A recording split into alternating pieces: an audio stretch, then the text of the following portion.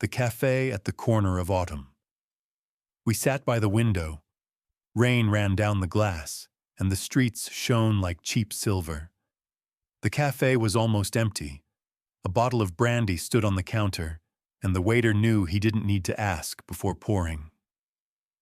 "Paris smells damp," she said, lighting a cigarette. "Paris always smells damp," I said. "We just didn't notice before." She smiled, tiredly, the way people smile when they know they'll be leaving tomorrow. "We used to dream about going to Italy. It seemed so simple then. Buy an old car, the road, the sun, the sea. We believed happiness began the moment you drove out of the city. But the roads turned out longer than a lifetime, and gas cost more than dreams." I watched the rain slide over her fingers as she held the glass. Everything was in them, fatigue and a quiet tenderness you rarely see after 25. "We could still try," I said, not believing it. "No," she said. "We just sat in this café too long." She turned up the collar of her coat and left. Rain hissed on the street, and the city seemed soundless. I finished her brandy and stayed. Outside, people with umbrellas hurried past. They were going somewhere, home probably, or away from someone. I thought that maybe all we ever really have are short evenings that smell of tobacco and autumn. And if you remember the name of the woman, then life happened after all. The return 5 years passed. Autumn came back to Paris, quietly, as if embarrassed. It had rained 3 days straight, and the sky looked like a faded poster where someone once drew a sun and forgot to erase it. I didn't come back for her. Habit, that's all. Sometimes people return to old cities to see if their ghosts are still alive. The café still stood on the corner.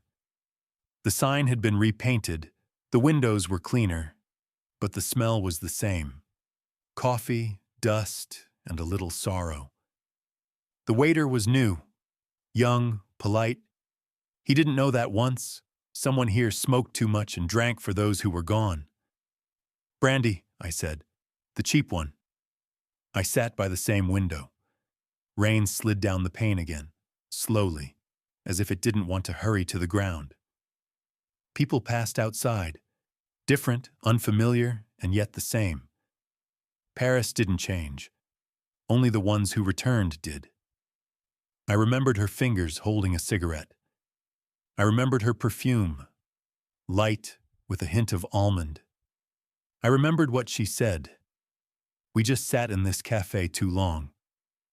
And I knew she'd been right. Some people don't leave because they don't love. They leave because they waited too long for something to change. I finished the brandy, left a coin on the table, and went out into the street. The air was cold and honest, the kind you only get in November. Someone by the gate was selling carnations. I bought one for no reason, just because it was autumn. Paris hummed, breathed, lived. I walked, thinking she might still appear around some corner, in the same coat, with the same look you can't forget. But I knew that if I saw her at all, it would be only in the shop windows, where the past always looks a little better than it was. Part 2. The evening that shouldn't have happened. I walked along the Seine. Evening fell over the city softly, like the curtain after a bad play. The river smelled of iron and old water. Street lamps drew long gold trails across it, as if someone had stretched fire along the surface. By the bridge I saw a woman. At first, just a silhouette. Then, the gate. She walked slowly, holding the umbrella as if it were a shield against the world, not the rain. I thought, impossible. But when she turned her head, I knew it was her. "You're still here," I said when I reached her. She smiled. The same tired smile, only her eyes had softened a little, as if sadness was finally allowed there. "Sometimes leaving is harder than staying," she said. We walked the embankment in silence. We moved like people who share too much to talk. "I thought you'd left long ago," she said. "I did," I nodded. "But Paris always leaves something in you, like the smell of smoke in a coat. You can't scrub it out." She smirked. "I work in a bookshop on Saint-Germain now. I sell other people's stories, maybe because I never figured out my own." We ducked into a small bistro. It was warm and smelled of bread and wine. She took off her coat and shook the drops from her hair. I ordered 2 glasses, the way I used to, without asking. "You know," she said, staring into the glass, "I didn't leave because I didn't love you. I left because I was afraid it would end." "Didn't it?" I asked. "Maybe not," she said. "Maybe it just changed into something else." We sat a long time. We talked about small things: a book, the neighbor with a guitar, coffee that always tastes bitter in Paris. Sometimes we were quiet, but it wasn't empty. Our silence held everything we never managed to say. When we left, the rain had almost stopped. She stood at the corner and watched the headlights. "Will you come tomorrow?" I asked. She thought. "I don't know," she said softly. "But if I do, you'll know." She smiled and walked toward the river. I stood there until her silhouette dissolved in the mist.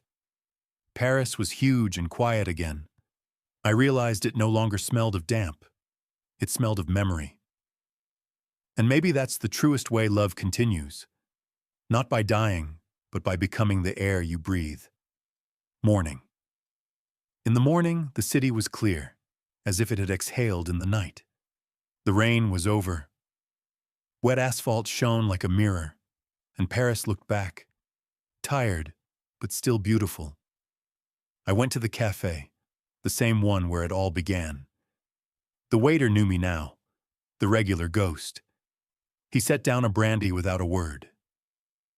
I sat by the window and watched sunlight push through the clouds. Everything looked deceptively calm. People hurried, someone laughed, someone carried a baguette under an arm, someone kissed at the corner. I waited. I didn't know if she'd come. I didn't know if I even wanted her to. Sometimes waiting is purer than the meeting itself. There was a newspaper on the next table. I reached for it without thinking. A card slipped out from between the pages. A photo of a small bookshop, the one she'd mentioned. On the back, a few lines. Thin letters, slightly shaky. "If you're still looking for the answer, you'll find it between the shelves, by the window with the green lamp." I finished the brandy, paid, and left. The sun was warming the paving stones already, and the city smelled like fresh bread. The shop was tiny, tucked between an antique store and a bakery. When I walked in, a bell rang, and the smell of paper hit memory hard. A young woman stood behind the counter. Not her. "Madame Lise didn't come today," she said. "She left an envelope for you. She said you would understand." The envelope was thin, with no name. I opened it outside. Inside was that same carnation, brittle with age, and a note. "Some stories can't be rewritten, but you can read them to the end. Thank you for staying in my Paris." I stood there holding the envelope and realized I didn't feel empty anymore. Only light.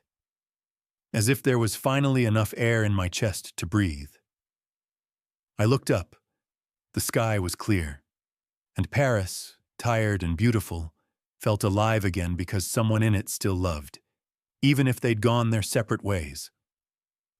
I walked along the river, past old houses, past people, past the man I used to be, and for the first time in a long while, not backward, but forward. Part 3. The bookshop. I went back 2 days later. I don't know why.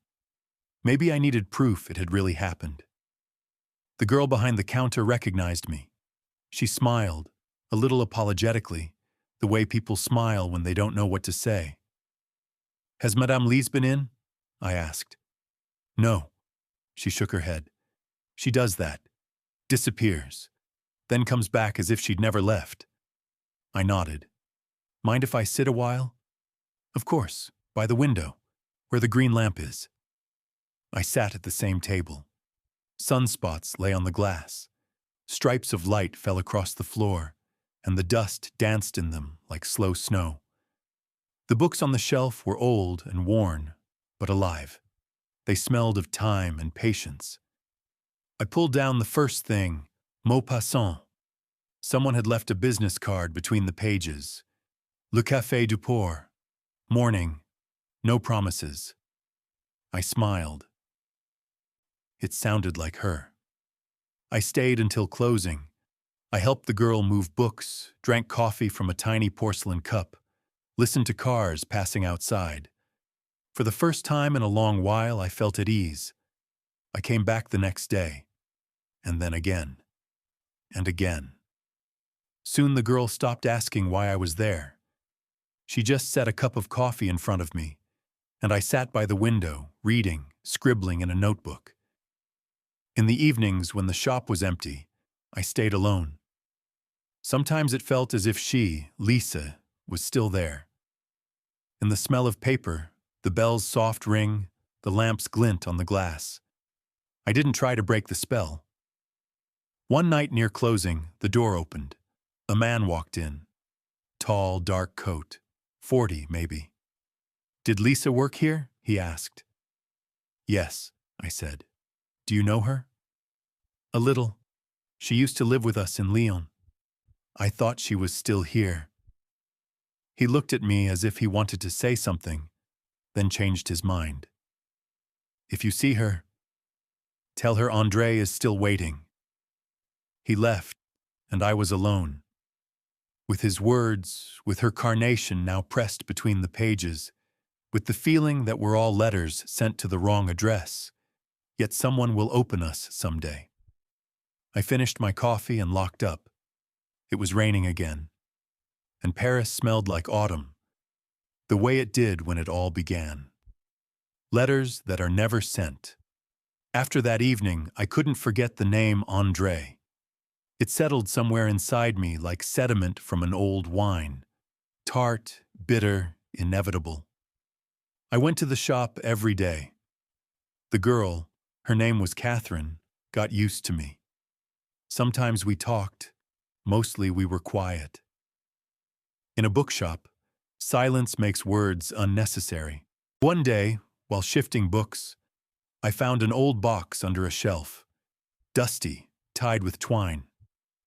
Catherine said there were many like it, left by former owners, forgotten, but this one had a single letter on it, L. I didn't open it for a long time. That evening, after closing, I cut the twine. Inside were letters. No envelopes, no dates. Her handwriting, recognizable, a little uneven, as if she wrote on her knees. The first began simply, "André, I didn't leave because I couldn't stay. I left because I'd lived too long in expectation. When you're always waiting, you stop living." I read slowly, as if a breath might break the words. Every letter had Paris, rain, longing, books, memories. Not one word about me. I closed the box and sat a long time, staring out the window. My head was quiet, almost peaceful. I felt no jealousy. Only a strange tenderness for a woman who didn't know how to love halfway. The next morning I went to the river. Fog hung over the water, boats creaked, gulls called lazily. André sat on a bench. I knew him at once. Straight back, eyes fixed on nothing. "I found her letters," I said, "in the shop. They were for you." He looked at me for a long time and nodded. "I know. She wrote but never sent them. Always did. She had to write so she wouldn't drown. Did you love her? I do, he said quietly. Only differently now. We sat in silence. Sunlight pushed through the fog and the water flashed. Then he stood. Thank you for finding them. If you see her, tell her I'm not waiting anymore. I just remember. He left, and I stayed. I watched the river a long time and thought that maybe this is the point. Not to find someone, but to learn to remember without pain. When I got back to the shop, Catherine said someone had left an envelope for me. No name, no address. Inside was a small postcard with the seashore and a single line. Sometimes books are closed, not because the words are gone, but because it's time to live. I smiled.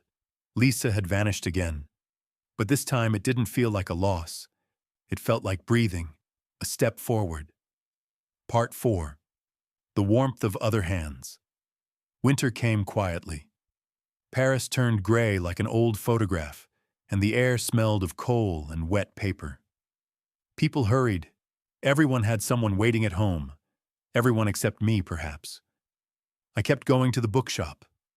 Sometimes I helped Catherine. Sometimes I just sat by the window, drank coffee, and wrote in a notebook. She never asked what I was writing. I was grateful for that. Sometimes she brought homemade pies, and we ate them right on the counter among books and dust. She had a way of laughing, soft, without strain. I caught myself waiting for that laugh. "You're a writer, aren't you?" she said one day.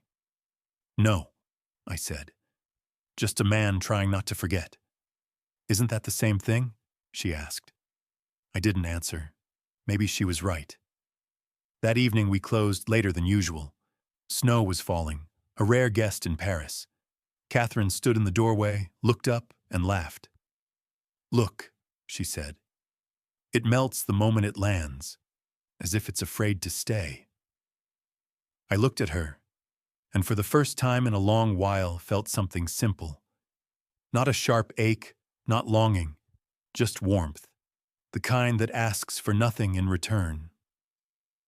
We walked past lights and people and life itself. She told me about a small seaside town where she grew up. I listened without interrupting. Her voice was enough. At the corner she said, "Thank you for staying." "And you?" "Me?" She smiled. I never left. I got home late. The room smelled of paper and coffee. The old carnation lay on the table, almost dust. I didn't throw it away. I pressed it into a book. It wasn't a symbol of loss anymore. It proved love can change and still not die. That night I couldn't sleep. I heard a distant clock, snow whispering at the window. I thought that maybe a person stays alive as long as he can wait. Not for someone, but for morning. Spring in the old shop. Spring came slowly. First the air softened, then the chestnuts bloomed, and one morning I realized you could walk Paris without a coat and not feel alone. The shop woke up. More people came. Tourists, students, old Parisian ladies with dogs. Catherine put tulips in a glass vase in the window, and the whole place smelled fresh. I wrote more. Not about her, not about myself, about people I saw from the window. Sometimes I read to Catherine. She listened carefully, then smiled and said, "You write about sadness as if it were light." I didn't know what to say. Maybe that's just what happens. When you live in the dark long enough, you start seeing light even in ash. An old woman came in one day. She picked a book, then stopped at a shelf with an old wooden box. "May I?" she asked. I nodded. She opened it and pulled out a yellowed photo. A woman by the sea, hair wild, eyes laughing. "That's Lisa," Catherine said, "our former owner." The woman glanced at me. "Yes. She lived with me in Bordeaux once. Always said she'd go back to the sea." "Did she?" I asked. "Yes." She rented a small house by the cliffs, wrote letters, but I don't think she sent them. I didn't ask for the address, not because I didn't want it, because I understood I didn't need it anymore. Some roads must remain open, so you remember you can leave if it gets too quiet. That spring we started closing later. Catherine put on a record, old jazz, slow and lazy. We sat by the window and drank wine from small glasses. Sometimes she told me about her brother who went to Marseille and never came back. I listened and thought how life always takes someone and returns someone. One of those nights, she said, "I think we've both stopped waiting." "Maybe," I said, "but I still remember." "Memory is a form of love, too," she said. I looked at her. Lamplight softened her face, almost made it translucent. I thought maybe happiness isn't in new beginnings, but in the slow, honest continuation. Part 5. Summer by the Sea. We left in early June. Catherine suggested it just like that. "Let's go to the sea. The books will survive a couple of weeks without us." I agreed. Not because I wanted a vacation, but because I felt it was time to let something go for good. We drove an old Citroën. The engine droned, the radio hissed, and on the back seat were books, a thermos of coffee, and a little vase with a tulip Catherine refused to leave behind. The road was long and good. The farther from Paris we went, the easier the air felt. Somewhere after Orléans, she said, "I used to be afraid of silence. And now? Now, only emptiness. They're alike, but not the same." We arrived by evening. The sea was gray, almost steel, but full of heavy life. The wind smelled of salt and grass. We rented a small house on a cliff, old, with peeling paint and a view worth the whole world. In the mornings, Catherine made coffee and I went down to the water. I sat on the rocks and watched the waves break, stubborn, without drama. That's how one should live, I thought. One day, walking the promenade, I saw a sign, La Librairie de la Mer, a bookshop. The hand-lettered sign looked strangely familiar. Inside it smelled of sea and paper. Old books, letters, photographs lined the shelves. Behind the counter stood a tall, gray-haired man with quiet eyes. He looked at me as if he knew me, though we'd never met. "You must be from Paris," he said. I nodded. "A woman named Lisa lived here once," I said. "Do you know her?" He gave a sad smile. "I did. She lived here for years. Then she left. Said she was going somewhere she wouldn't need to write letters anymore." "Where?" "I don't know. But I think she found what she was looking for." He took a postcard from a drawer. On the front, a sketch of the sea and a line. "If someone comes from Paris one day, give him this." On the back, her handwriting, even, a little tired. "You were right. Love doesn't end. It just changes address." I stood there holding the card, and inside everything went quiet. Not empty. Calm. When I got back, Catherine was on the steps, the wind tugging at her hair. I sat beside her and passed her the card. She read it and said, "So that's that." "No," I said. "That's just onward." The sea roared.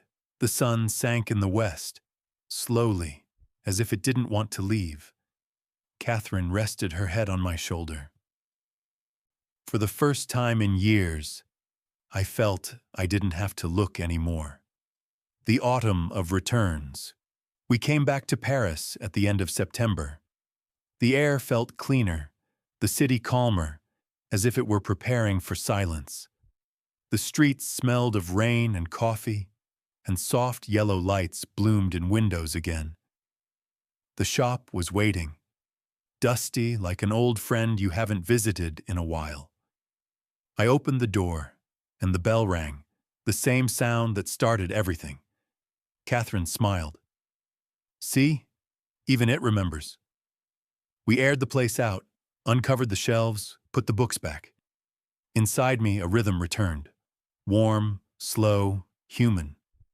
I wrote every day. Not for a book, not for fame, because it's easier to breathe when you write. At first, short notes, the smell of coffee, the hush of pages, Catherine's smile. Then longer. Stories of people I met and those who were gone.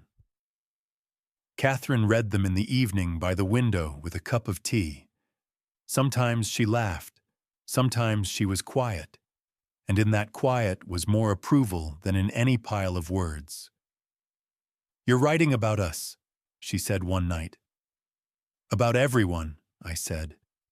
"We're just a good place to start." The shop filled up in autumn. Some searched for rare editions, others just hid from the rain. Sometimes I watched someone take a book, open at random, and smile, and I thought life really does know how to return. One day a letter arrived. No return address. A careful, unfamiliar hand. Inside, a page without greeting or signature. "You found what you were looking for. So did I. Guard the light you've lit." I knew who it was from. No name was needed. For the first time since that night in the cafe, I understood. We'd reached the end of one story, and now we could live in new ones. Catherine brought coffee. "Who's the letter from?" "From the past," I smiled. It wished us good morning. We laughed, quietly, the way people laugh when they don't have to wait anymore. Outside, leaves spun in the air, and Paris smelled like autumn again. Not like back then. This autumn was softer, warmer, more alive. Part 6. Winter of Words. Winter came early. Snow settled on Parisian rooftops in a thin, almost transparent layer, as if the city were afraid to turn white again. The shop smelled of ink and cinnamon. Catherine liked a pinch in the morning coffee. I wrote, not fast, not for anyone, just the way you breathe. Sometimes I woke at night, sat at the table, and wrote sentences as if they'd vanish if I didn't trap them on paper. Catherine didn't ask. She knew words arrive only when you stop chasing them. Sometimes I read to her. She listened wrapped in a blanket, a cup of tea in her hands, and always said the same thing. "Keep going. It sounds like life." An old publisher, one of Catherine's acquaintances, stopped in. He read my notebooks for a long time, then said, "You're not a writer. You're a man who knows how to remember. There's not much of that now. Let's publish this." I agreed without thinking. Not for fame, so the pages wouldn't be only mine. The book came out in January. A small print run, a soft cover, a photo of the shop on it, a simple title, "The Café at the Corner of Autumn." When I held it, I felt strangely calm, as if it had all happened before in another life. We put the first copies in the window. People took them, flipped through, sometimes bought one, sometimes just smiled. A man said, "I think I've been there, in that cafe. Or maybe I just felt the same way once." I said nothing. I smiled. It was the best review I could have hoped for. At night, the shop was empty. Snow fell slowly outside.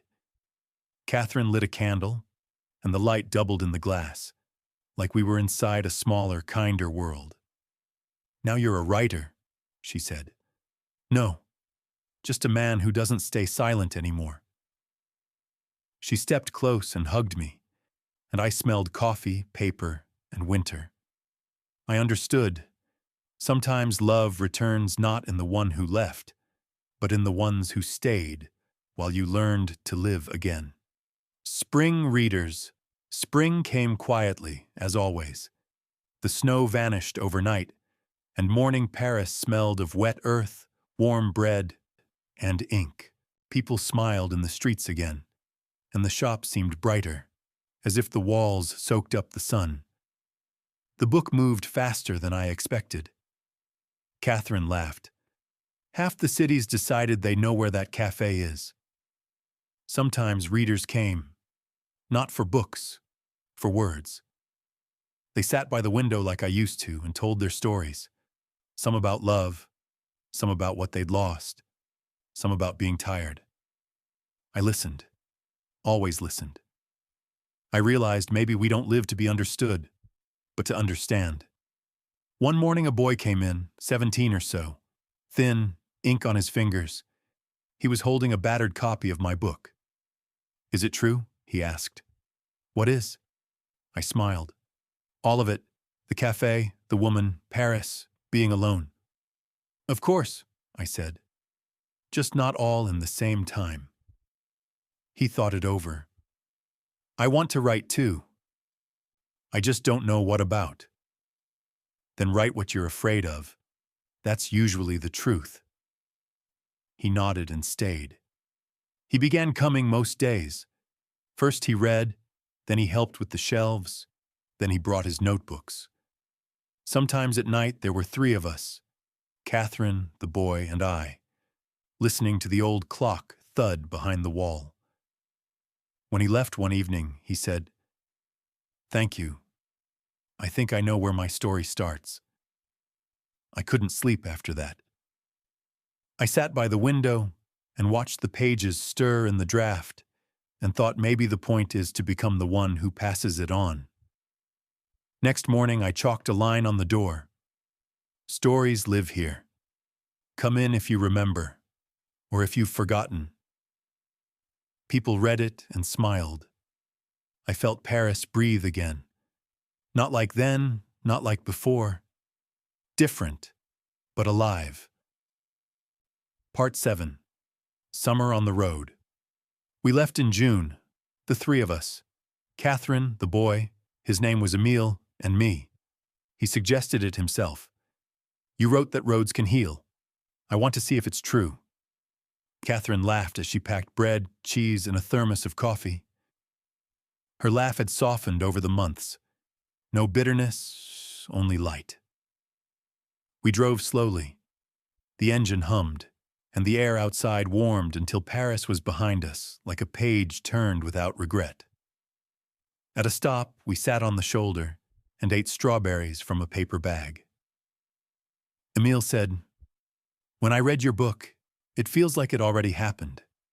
Like you just wrote down what you knew beforehand." "Maybe that's right," I said. "Some stories are written inside us long before we find the words." He nodded, then asked, "What if the story ends?" "Then another begins," I said. "But first you have to understand that endings are part of motion." We reached the sea by evening, the same coast where Lisa once lived. The sea was warm, blue, endless. Catherine slipped off her sandals and walked barefoot in the sand, laughing. Emile ran ahead, skipping stones.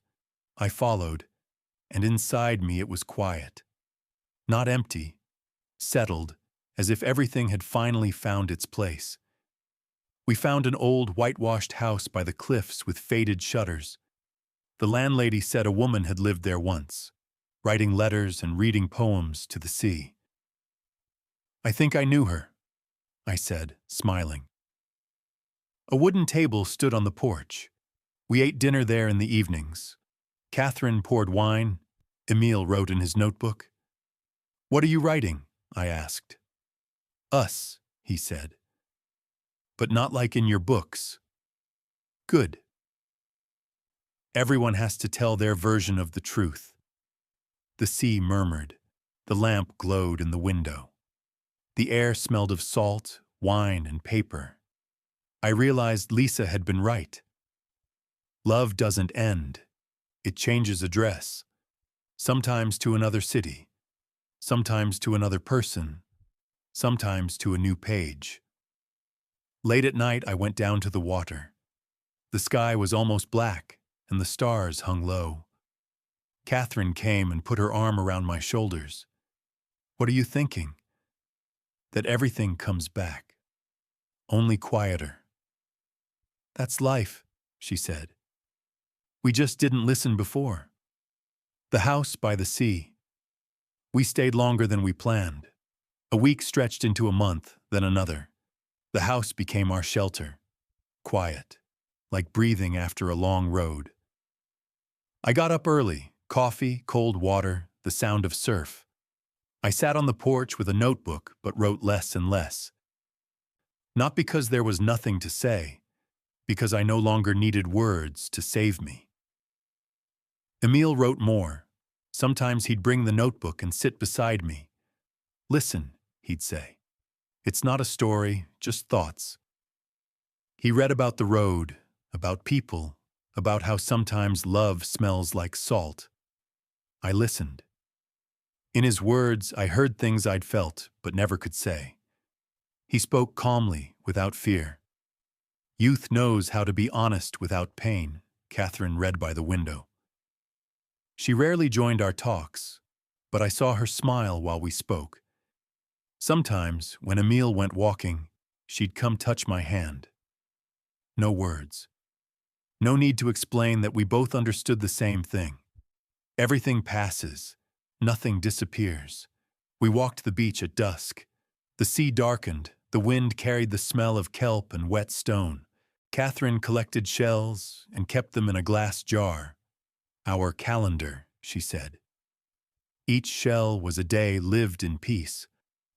Sometimes I thought Lise would be glad to know I could laugh again, that I didn't need the past to justify the future anymore. One day, Emile brought a letter. For you, he said.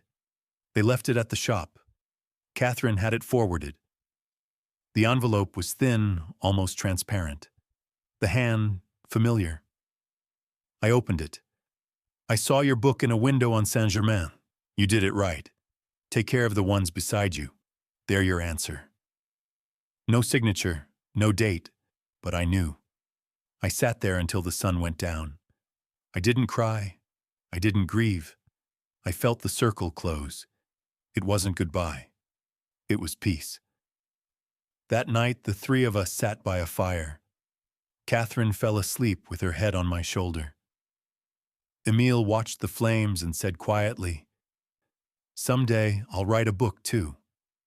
Do, I said, but write not about what's lost. Write about what's found. He nodded. I thought maybe that's what eternity is, when your words become someone else's beginning. Part 8. Autumn on the coast. Autumn came here differently than in Paris. No stone, no wet leaves, only salt, smoke, and a wind cooling by the day. The sea felt heavier, the sounds duller, the light gentler. We still lived in the cliff house. Time ran like water, without edges, without haste. Sometimes I forgot what day it was. Catherine only smiled. Then you're living right, Emile wrote. Every morning he went down to the sea with his notebook. He came back at dusk with sand in his hair and eyes full of thoughts too big for words. He read by the fire, stories of roads, of people who can't say goodbye, of cities that wait. I knew he wasn't a boy anymore. He was a writer, a real one. Catherine often sat on the porch wrapped in a wool blanket. She drew lines, contours, sometimes shadows, the house, the shore, a cup on the rail. It helps me think, she said. Sometimes I looked at the drawings and saw empty spaces between the strokes. That's air, she said. You can't fill it. Everything important is in it. We got used to the quiet. It was the breath between words. No one demanded, no one explained. We simply were. One evening, Emile returned with a letter. For you, he said, from Paris. No address on the envelope, only to the coast, where words grow light. Inside was a photograph of the shop. A sign on the counter read, The Café at the corner of autumn, author signing on Saturday. Catherine laughed. See? They still want you. I didn't answer. I looked at the photo and thought not everything needs to come back. Some stories should be left where they found their rest. But a few days later, I packed anyway. Catherine kissed my cheek. Go, she said. Paris loves those who return. Emile handed me his notebook without a word. Take it. I want you to read it first. On the first page he had written, each of us must find a sea, not to drown in it, but to learn how to breathe. I left in the morning. The sea murmured behind me, and the house grew small until it vanished around the bend. I knew I would return, not necessarily here, but to where it all began. A cafe, a shop, autumn, Paris, and maybe a story again. The one still waiting to be told. Return to Paris? The train pulled in at dawn. Paris breathed fog and the hiss of tires. Coffee and bread from the first bakeries to open. I stood on the platform with a suitcase and Emile's notebook and felt the city hadn't changed. Maybe it was just quieter. Or maybe I had learned to listen differently. I walked to Saint-Germain. The streets where I once lived felt no longer mine, yet my body knew them like an old tune you can't recall but can still hum. The shop was where it had always been. A sign on the door. Closed. Coffee break. I smiled. Catherine would have liked that. Through the window, I saw a young red-haired woman dusting shelves. I knocked. We're not open yet, she said, smiling. I'm not in a hurry, I said. I used to work here. She looked closer and recognition flickered in her eyes. You're the author, aren't you? The cafe at the corner of Autumn? I nodded. She pulled a dog-eared copy from under the counter. Madame Catherine left this. She said if you ever came back, to give it to you. I took the book. On the first page was her handwriting. To remember where it began, and to know it's all right to go on. I sat by the window. The light fell just as it used to. I drank coffee and watched the street and realized there's a bit of forgiveness in every return. Not for others, for yourself. By afternoon, the shop filled up. The old publisher came, then a woman with a dog, then two students arguing about Proust. I signed books, listened to stories, smiled. All the while, the sea murmured in some far room of my mind. It didn't call anymore. It simply lived in me. In the evening, when everyone left, I opened Emile's notebook. On the last page, he'd written, I've learned a teacher is someone who once forgave himself, and a writer is just a person who knows how not to forget. I closed the notebook, turned out the lights, and went outside. The autumn air smelled of rain and bread. Street lamps lay in the puddles like they used to. Only now I was walking not in search of something, but toward life. Part 9. The evening of return. Outside, Paris was the same, noisy, damp, a little tired of its own beauty. I walked the boulevard slowly, Catherine's old inscription in my book, Emile's notebook under my arm. A fine rain began, the Paris kind, not cold, just a reminder that everything lives. I turned down to the river. Where the cafe once stood, there was a clean white facade with a green sign. Café du Pont Neuf. Another name, same place. I went in. It was crowded. Music low, cups chiming, people laughing. I took a table by the window, an old, familiar corner. On the wall hung a photograph. A woman with a cigarette, gaze turned aside, a light smile, caption, L. Duval, founder, 1990. I looked a long time. It was her, Lisa. Younger than I remembered, but the same. Something stirred in my chest. Not pain. Just the surprise that life can return even what you've long made peace with. Excuse me, a voice behind me said. You look at that photo as if you knew her. I turned. A woman in her 30s, light coat, hair the color Lisa once had, a tray in her hands. I'm her daughter, she said. Marlene, did you know my mother? I paused, then nodded. Yes, once. We were friends. She sat across from me and set down a cup of coffee. I reopened the cafe. She talked about it often.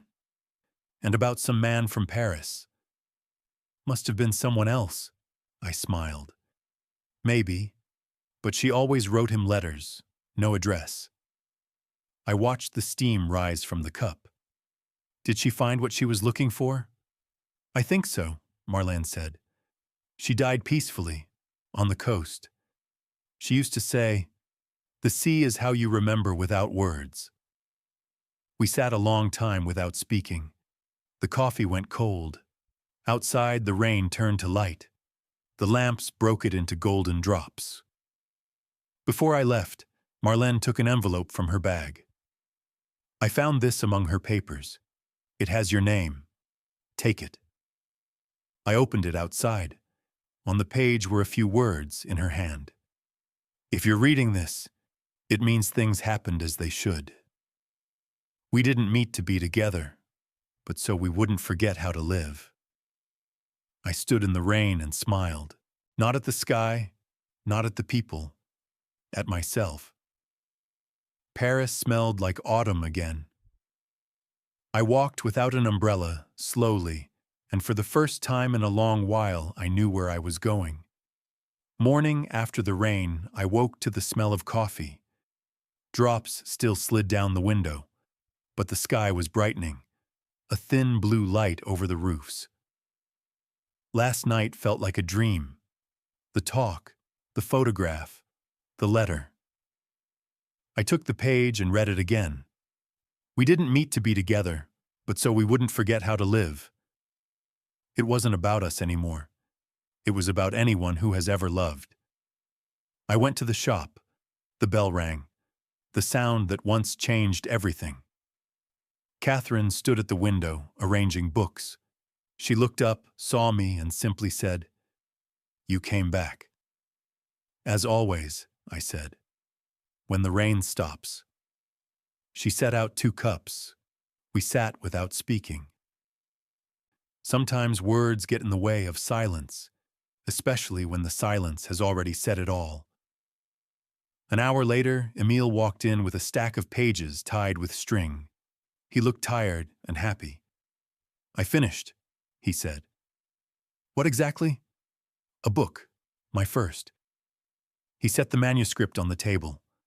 On the cover, in neat handwriting, "The Sea Inside Us." I opened to the first page and found the dedication.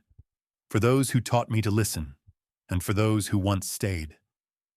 I read a few paragraphs and felt something shift in my chest, as if life had said quietly, "Your turn to let go." Catherine laid a hand on my shoulder. "He's on his way," she said. "Yes. Good. You should go too."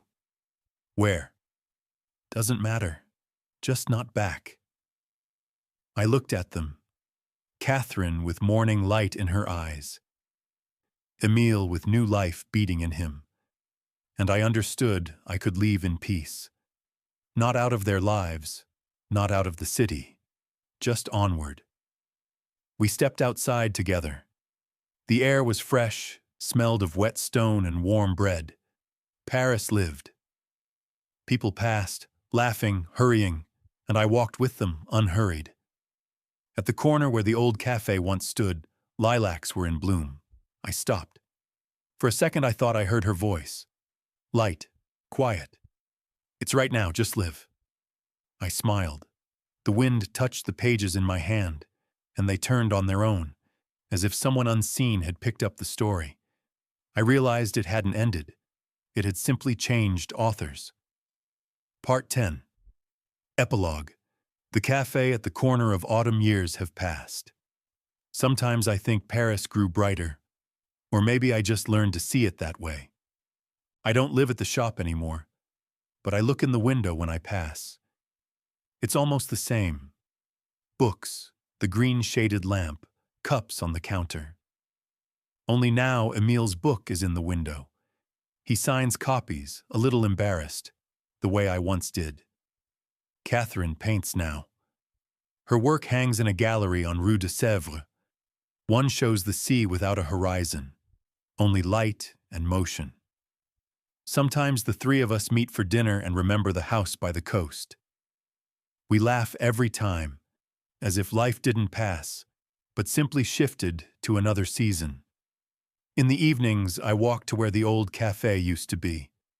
There's a flower shop now. The woman who sells chrysanthemums knows me and always leaves one on the counter. I buy it and put it in a glass at home, just to remember. Sometimes I open the old book, the one with Lisa's inscription. I read the first lines and feel not pain, but a warm hush. She was right. We didn't meet to stay. We met to learn how to live. This morning I went out early. Paris breathed autumn, gold, kind, a little sad. I sat by the window of a new café, ordered coffee, and wrote one sentence on a napkin. A person doesn't leave his story. He simply stops suffering in it. I put down the pen and looked at the street. People passed. Someone laughing, someone rushing, someone carrying a book under an arm. I smiled. The world was the same, and that was beautiful. Postscript life rarely ends with a break. It usually just grows quieter. Like rain you can still hear on the sill, though it has already stopped. Like music fading until you realize everything that mattered has already been played. Sometimes I think we're all visitors in each other's stories. We drop in for a while, leave a cup on the table, a print on the glass, a smile, a word, a glance, and go on, not knowing what remains. Maybe that's the point, to leave light, even if you never see it burn. The cafe is gone, but mornings still smell like coffee. The shop lives on, books change hands, and someone new sits by the window watching Paris through the rain. Maybe they're looking for someone. Maybe they're just listening to the silence. I don't know how stories end. I only know some of them shouldn't. They hang in the air like steam over a cup, like footsteps in a morning city, like the quiet breathing of those we loved. And if someone asks where that cafe at the corner of autumn stood, I'll say, it's still there, where memory meets light, where the past doesn't hurt. It simply lives.